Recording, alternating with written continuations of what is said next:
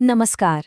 चलिए आज एक ऐसे सवाल पर बात करते हैं जो न जाने कितनी सदियों से लोगों के मन में उठता रहा है। मूर्ति पूजा। क्या यह सिर्फ एक अंधविश्वास है या फिर इसके पीछे कोई बहुत गहरा आध्यात्मिक विज्ञान काम करता है? इस गुत्थी को सुलझाने के लिए आज हम स्वामी विवेकानंद के विचारों की दुनिया में चलेंगे। तो सबसे पहला और सबसे सीधा सवाल तो यही आता है दिमाग में, क्या ये मुमकिन है कि ईश्वर, जिसे हम निराकार और हर जगह मौजूद मानते हैं, वो पत्थर की एक मूर्ति में समा जाए? ये वो सवाल है जो हमेशा से ही तर्क और आस्था के बीच में एक दीवार बनकर खड़ा रहा है। और इस पूरे सफर में हमारे गाइड होंगे स्वामी विवेकानंद। जानते हैं क्यों? क्योंकि उन्होंने इस पूरे मामले को एक बिल्कुल ही अलग नजरिए से देखा। उनके लिए ये महज एक पूजा पाठ का तरीका नहीं था, बल्कि ये मन को साधने की, कॉन्सेंट्रेट करने की एक बहुत ही पावरफुल स्पिरिचुअल प्रैक्टिस थी। तो ये किस्सा एक बातचीत से शुरू होता है।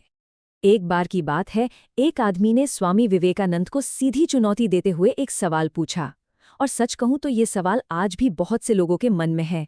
सवाल एकदम तीखा और सीधा था कि भाई, आप इतने पढ़े लिखे, इतने ज्ञानी होकर पत्थर की पूजा में कैसे विश्वास कर सकते हैं? ये वही शक है जो आज के मॉडर्न दिमाग में भी अक्सर आ जाता है। अब सुनिए, इस सीधी चुनौती का स्वामी विवेकानंद ने जो जवाब दिया ना, वो सच में कमाल का था। उन्होंने कोई लंबा चौड़ा लेक्चर नहीं दिया, बल्कि एक बहुत ही सिंपल, बहुत ही जबरदस्त उदाहरण का इस्तेमाल किया। देखिए, बहस करने की बजाय वो मुस्कुराए और उन्होंने सामने वाले से ही एक सवाल पूछ लिया। एक ऐसा सवाल जिसका जवाब हम सबके पास है, और बस इसी एक सवाल ने पूरी बातचीत का रुख ही मोड़ दिया। उस आदमी का जवाब वही था जो हम में से कोई भी देता। हाँ बिल्कुल, ये तो मेरा फर्ज है। लेकिन उसे जरा भी अंदाजा नहीं था कि उसका ये सीधा सा जवाब ही स्वामी विवेकानंद के तर्क का बेस बनने वाला था। और बस यहीं पर स्वामी जी ने अपना सबसे बड़ा पॉइंट सामने रखा। उन्होंने समझाया कि देखो, जैसे एक झंडा सिर्फ कपड़े का टुकड़ा नहीं होता, वो पूरे देश के सम्मान, उसकी एकता का प्रतीक होता है ना?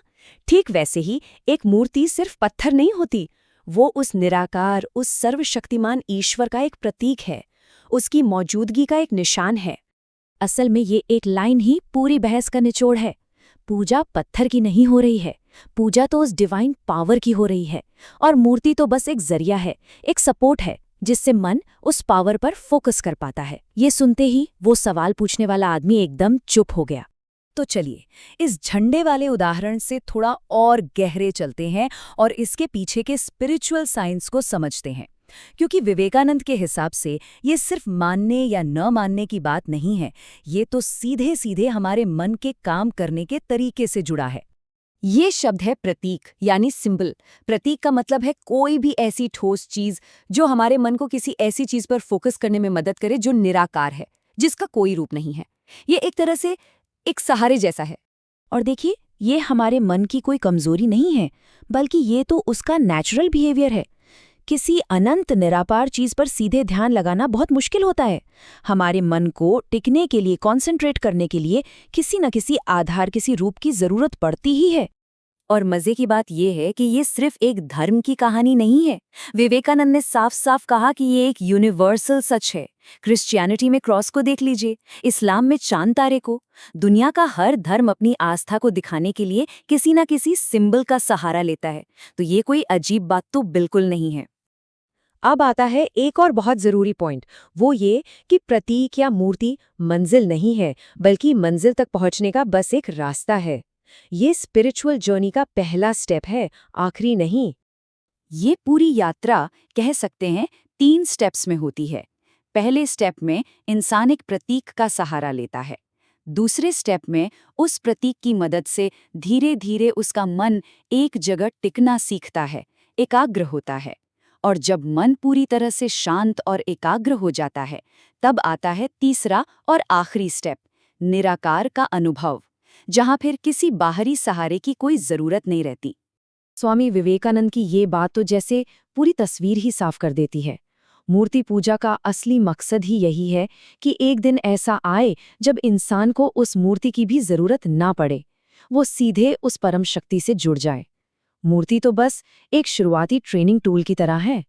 तो घूम फिरकर हम वापस उसी सवाल पर आ गए।